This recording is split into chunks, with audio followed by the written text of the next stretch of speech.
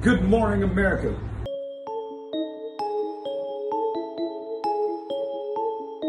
So when we go get the Spence Thurman fight? I heard there was a petition put out from Spence. I don't know if I believe this stuff, man. I don't know, okay? But it was stated that Spence put in a petition to fight Keith Thurman. I don't know if I believe that. Because if that was the case, we would have heard about it. We would have heard about something like that. Why? Because there was a narrative for months that Spence didn't want to fight Thurman. Thurman didn't deserve to fight. That's what he get. So I don't necessarily believe that. Like I told you guys, I'm somewhat of a messenger. People tell me stuff. People inbox me stuff. Sometimes you just got to take it with a grain of salt. Because you don't know what's real in boxing. But when we go get this Spence Thurman fight, normally when the WBC mandates a fight, they'll tell you when they have to go. They had an X amount of time before they go to purse bid. The A side guy get the majority split of the 70%, and the other guy gets 30, 25, or whatever it's going to be. But we haven't heard anything about this. Now, we've seen Keith Thurman in the gym training, getting in shape, getting ready to go.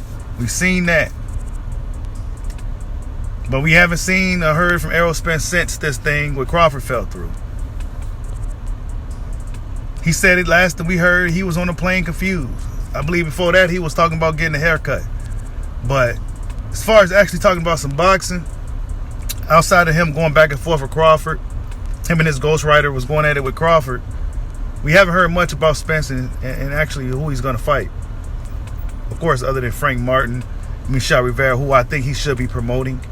Right now, he should be talking about that, right? If he's just promoting, he should be out here promoting his fighter, Frank Martin. See, it's a lot of work when you got to promote a fighter and then try to promote yourself and then prepare for a fight yourself, get your mind ready and everything that comes with preparing for war, right?